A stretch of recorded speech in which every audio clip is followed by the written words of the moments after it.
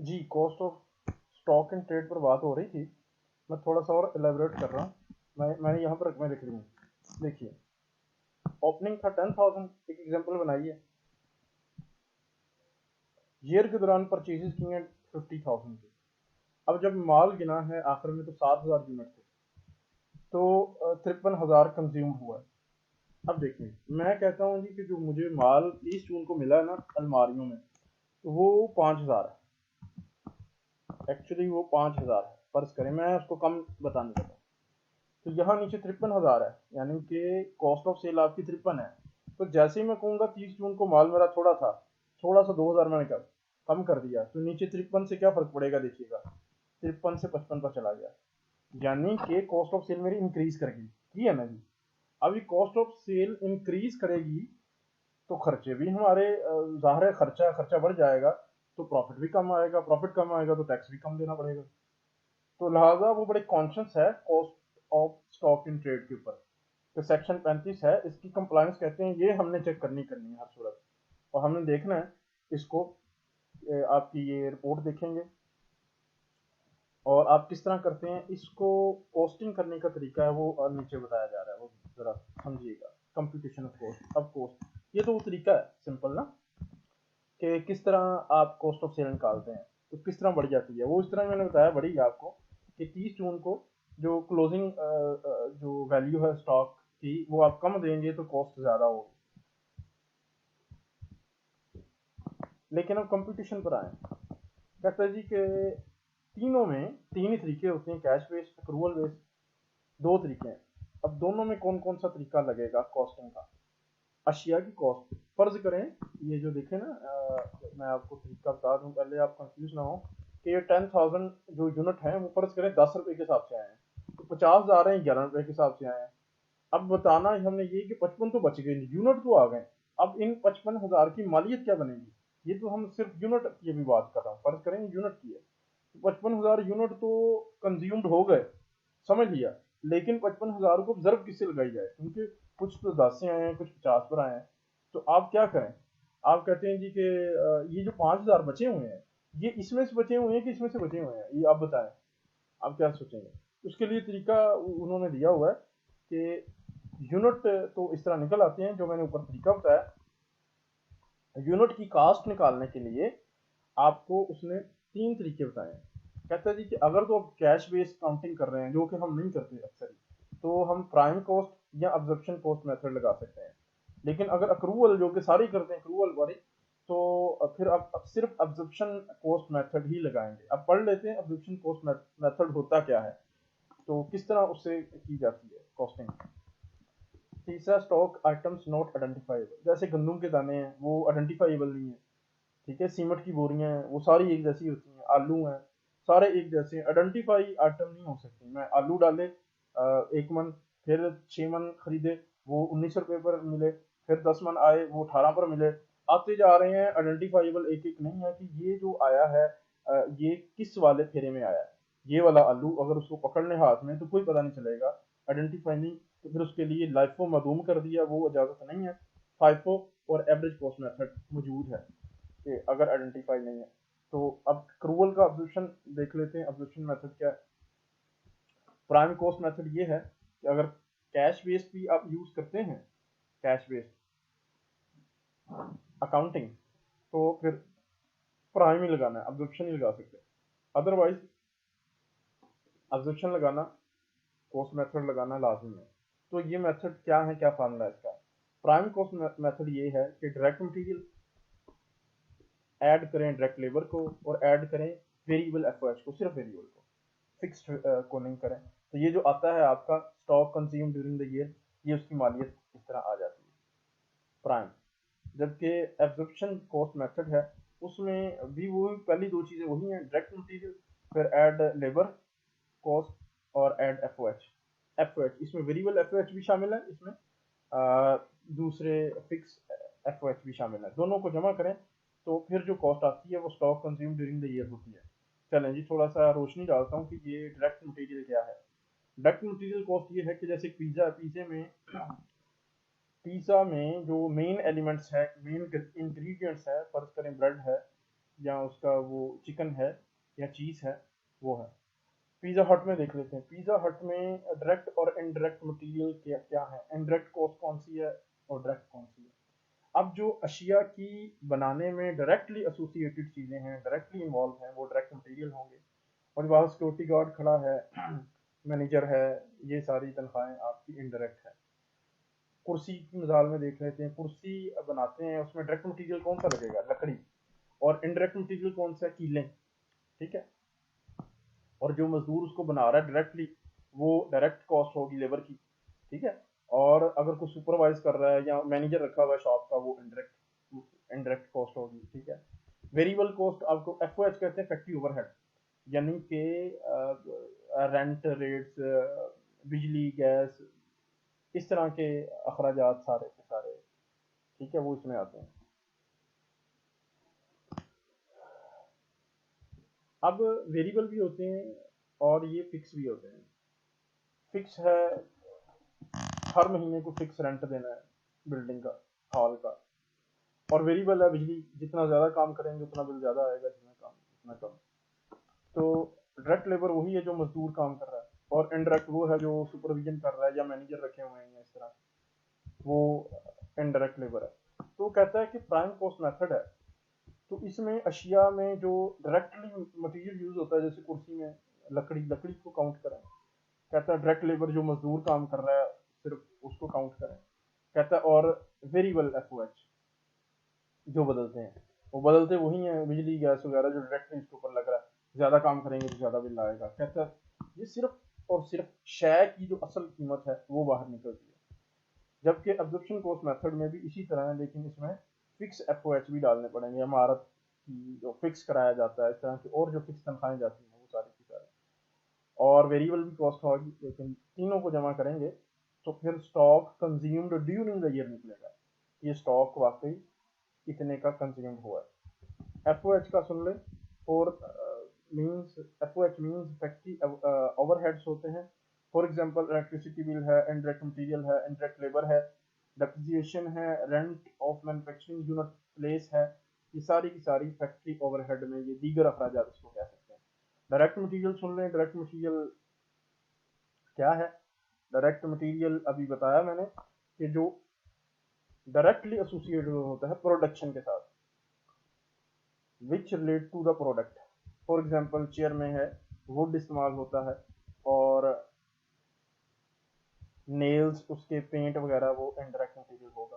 Direct labour देख लें। Direct labour जो प्रोडक्शन के साथ, प्रोडक्ट के साथ वाबस्ता लेबर है। For example in chair making, the person who are directly engage in making the chair will be the direct labour, and salaries of supervision जो कर रहे हैं इंजीनियर्स हैं, वो डायरेक्ट लेबर में इंक्लूडेड नहीं होंगे, वो इनडायरेक्ट लेबर होगी।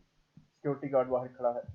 तो ये था डायरेक्ट लेबर, डायरेक्ट मटेरियल और एफओएच। अब दोबारा थोड़ी सी इसकी समरी सुन लें कि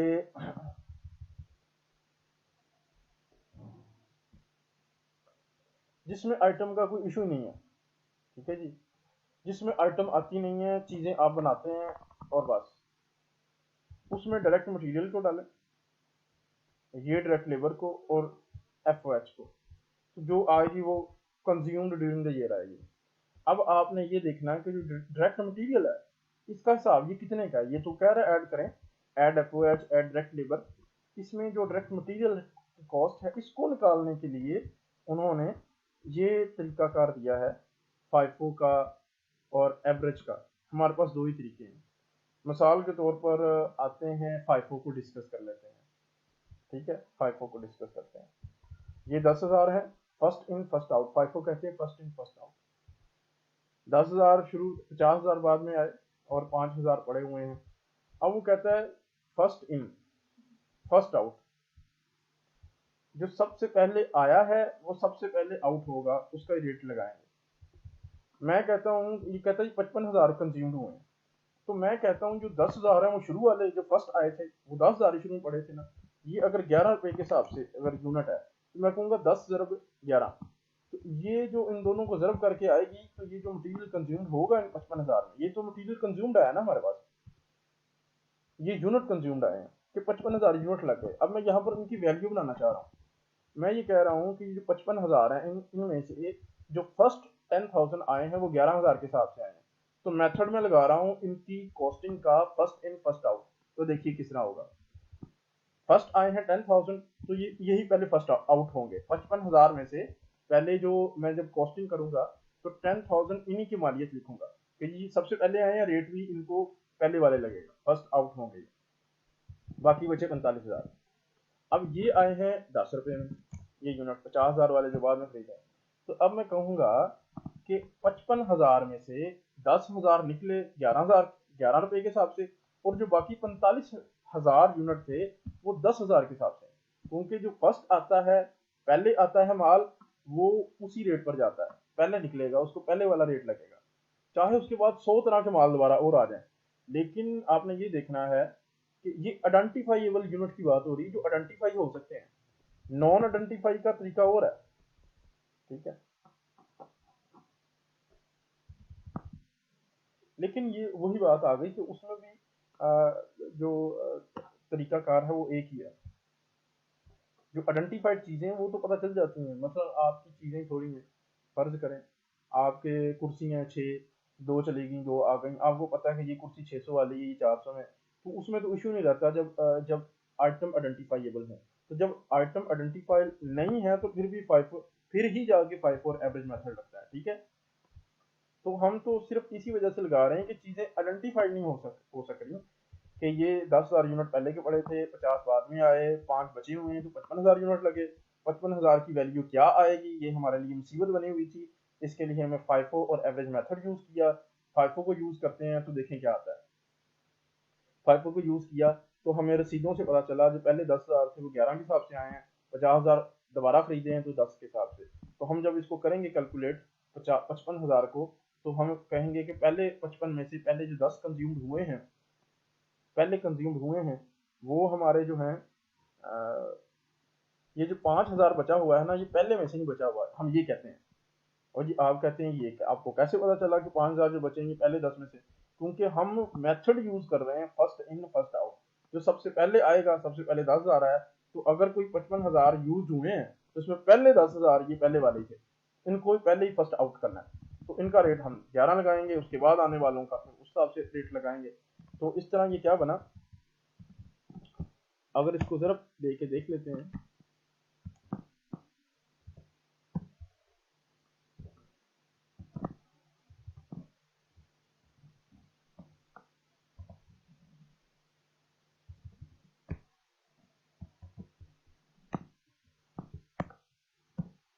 का 60,000 मालियत बना। अब मैं कहता हूँ जी कि मैंने करना है फाइफो को छोड़कर एवरेज मेथड लगाना है। वो कहेगा जी कि आपके 55,000 लगे हैं, हाँ जी लगे हैं। वो कहेगा यार इस तरह कर लें आप भाई मेरे, कि आप ना एक रेट बनाए 10 और 11, 10 और ऐड करें 11 को, और तकसीम कर दें इसको 2 पर, जितनी भी चीजें आपके पास।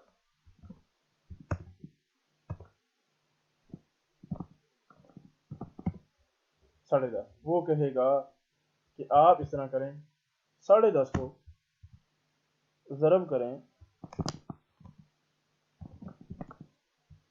55,000 यूनिट के, तो आया आंसर हमारे पास 57,000।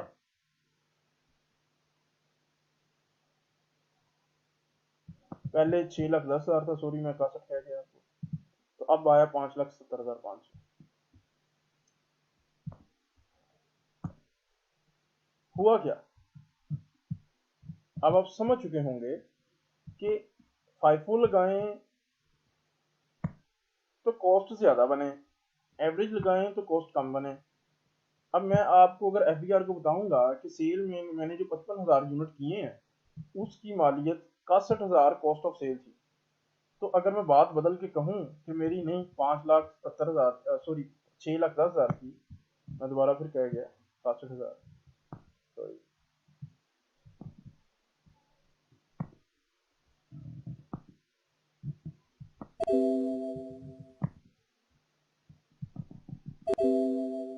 देखें जी, आपके सामने फाइफो से 6,10,000 कॉस्ट निकलती है और 5,70 से निकलती है। तो वो बड़े इंटरेस्ट लेते हैं कि आप कौन सा मेथड लगाते हैं। वो तो कहेंगे एवरेज लगा लें, एवरेज लगा लें। फिर वो कहते हैं यार अगर आपने लगाना है तो फाइफो लगा लें, लाइफो से और कम और ज्यादा कॉस्ट आएगी। ये 6,10 चाहिए, वो हो सकता है 6,20 आ जाए, ठीक है जी, 6,30 आ जाए। तो जितनी ज्यादा आपकी कॉस्ट बनेगी तो प्रॉफिट उतना कम बना ना आपका, और कम टैक्स देना पड़ेगा। तो वो तो फाइफो तो वैसे ही, लाइफो तो वैसे ही फजूल था। तो वो कहते हैं ऐसा नहीं, पहली वाले यूनिट पड़े रहते हैं, नीचे वाले आप बेचते रहते हैं, नीचे वाला रेट लगाते रहते हैं। लास्ट इन फर्स्ट आउट, जो सबसे आखिर में दाखिल हुआ यूनिट, उसका ही रेट लगाएं, ठीक है, उसको ही हम कहेंगे आउट है, इसी रेट के ऊपर स्टॉक आउट हुआ। तो ये था स्टॉक के हवाले से। तो अगर आप फाइफो लगाएंगे तो टैक्स अकाउंट में बेहतर रह जाएगा, टैक्स रिकॉर्ड, क्योंकि ओरिजिनल तो आप जो भी अकाउंट चला रहे हैं वो ठीक है, आप एवरेज से करें जैसे मर्जी करें। लेकिन अगर आप चला रहे हैं फाइफो से तो टैक्स के लिए बेहतरीन है, अकाउंट्स के लिए। उसमें ये होगा कि कॉस्ट आपकी ज़्यादा आएगी उसी यूनिट की, ज़्यादा आएगी तो फिर टैक्स भी कम देना पड़ेगा। ओवरव्यू कर लेते हैं दोबारा।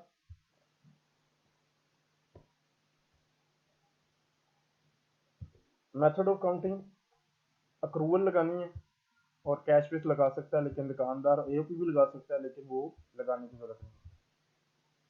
चेंज कर सकते हैं मेथड अपना, लेकिन अकाउंटिंग का, लेकिन पूछना पड़ेगा कमिश्नर साहब से। तो वो कहेगा कि अगर आप अच्छी काउंटिंग रिफ्लेक्ट, इससे ज़्यादा बेहतर आप उसको कहें कि मैं करना चाह रहा हूँ, तो वो आपको इजाज़त दे देगा, उसको सेटिस्फाई करना पड़ेगा। कैश बेस में आपको पता है कैश का आना और कैश का निकलना ही सेल और एक्सपेंस कहलाते हैं, इनकम एंड एक्सपेंसेस। जबकि अक्रूवल बेस अकाउंटिंग में ऐसा नहीं होता। हर आने वाली चीज़ इनकम नहीं हो सकती, वो किसी से लोन भी हो सकता है। हर जेब से निकलने वाली चीज़ वो एक्सपेंस नहीं हो सकता किसी का लोन ही वापस किया हमने। तो इसके साथ बैलेंस शीट, दो रिपोर्टें बन जाएंगी, बैलेंस शीट भी साथ बन जाएगी, तो अच्छी पोजीशन वाजे होगी। Cost of stock in trade है, तो ये जिनमें स्टॉक इन ट्रेड जिसमें आप काम करते हैं, लैपटॉप हैं चाहे वो कोई किसी का चेयर्स हैं, जिस तरह का आपका कारोबार है, तो उसमें जो आप स्टॉक बताते हैं कि मुझे कितना कॉस्ट पड़ा है, मेरी कॉस्ट ऑफ सेल कितनी है, उसके यूनिट निकालने का तरीका तो ये है। उसकी कॉस्ट निकालने के दो तरीके हैं, एक फाइफो और एक एवरेज।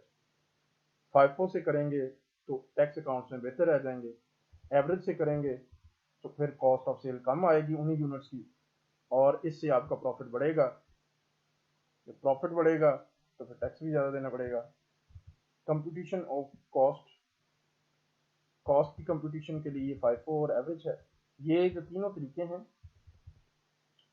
इसके करने के, ये सारे के सारे हैं नॉन आइडेंटिफाइबल यूनिट के लिए।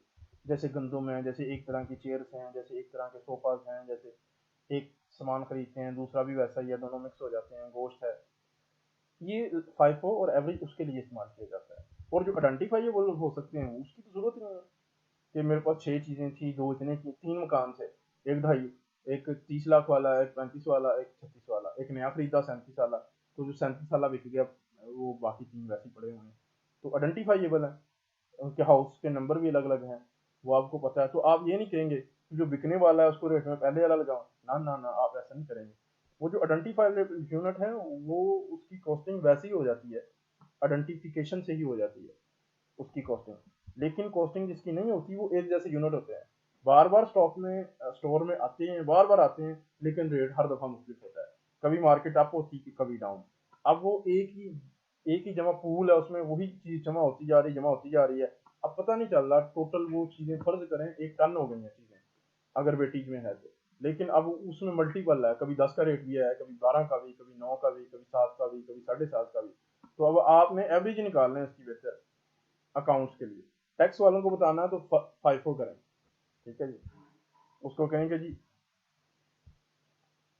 फर्स्ट इन फर्स्ट आउट, उससे निकाला मैंने तो फिर ये आया। तो कॉस्टिंग का तरीका भी उसने बता दिया कि एक्रूवल करते हैं तो इस तरह करते हैं। जो शेयर है जो मटेरियल है उसको जमा करें, फिर जो उसके बंदा काम कर रहा है उसको करें, उसके अलावा दीगर अखराजात को जमा करें, तो फिर आपका टोटल कॉस्ट आ जाती है, टोटल कॉस्ट। जबकि ये जो मटेरियल है इसकी कॉस्टिंग का तरीका फाइफो और एवरेज मेथड से बताया गया इसका।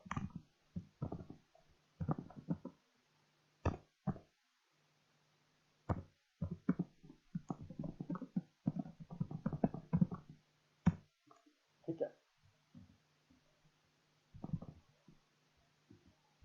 इसको फाइफो और एवरेज के मेथड से करना है, और बाकी तो चीज़ें करने के बाद बाकी दो चीज़ें इसमें ऐड कर देना है, तो हमारी कॉस्ट ऑफ सेल बन जाएगी। ठीक है, तो ये हमारी कंप्लायंसेस थी कॉस्ट ऑफ सेल और हमारी अकाउंटिंग मेथड को सिलेक्ट करने के हवाले से।